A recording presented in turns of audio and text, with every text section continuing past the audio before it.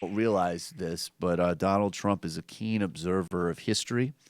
He feels a lot of kinship with Andrew Jackson, and he is not only interested in Andrew Jackson as a historical figure and the comparisons that they've made between each other. He's really interested in, you'll find out from this clip, not only in the details of Andrew Jackson's life, but really in the whys of history. You know, those historical gray zones that anybody who ponders history reflects on. And of course, Donald Trump, with his great intellect, is going to reflect on those. Let's hear Donald Trump echoing Jadakiss, asking why. They said my campaign is most like, my campaign and win was most like Andrew Jackson. Right. With his campaign. And I said, when was Andrew Jackson? It was 1828. That's a long time ago. That's Andrew Jackson. And he had a very, very mean and nasty campaign because they said this was the meanest and the nastiest. And unfortunately continues. His wife died. His wife died. Yeah. They destroyed his wife and she died. And, you know, he was a swashbuckler. That's the best. I'm taking your info and pretending I knew it. I've ever heard in my life. His wife died, destroyed her. Those got the liberal media and the Cherokees.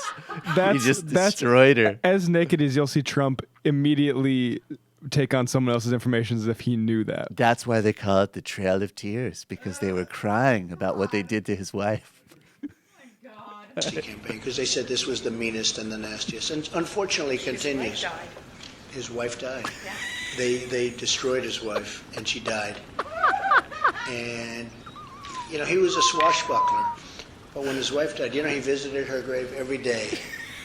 I visited her grave actually because I was in Tennessee. Oh, that's right, you were in Tennessee. And it was amazing. The people of Tennessee are amazing people. Well, they love Andrew Jackson.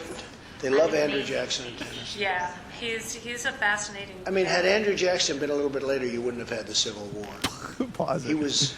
He He might have killed every single black person in the whole country, and then there wouldn't have been a civil war. Bada bing, bada boom. Go ahead. He was a very tough person, but he had a big heart, and he was really angry that he saw what was happening with regard to the Civil War. He said, there's no reason for this. People don't realize, you know, the Civil War, Yeah. you think about it, why? People don't ask that question. But why was there the Civil War? Why could that one not have been worked out? There's always the problem with Lincoln is when you see when your solution is a hammer, every problem's a nail, the solution's a hammer, and that was the problem with Lincoln, not a deal maker. Perhaps if he had read Art of the Deal. Hey, folks. The Majority Report YouTube page is in a bit of a crisis right now because of changes in their algorithms. Our YouTube revenue has been clobbered. We need your help. Just a couple of bucks a month would really help us out and keep this channel going. Head over to our Patreon page to find out more information. The URL is right here.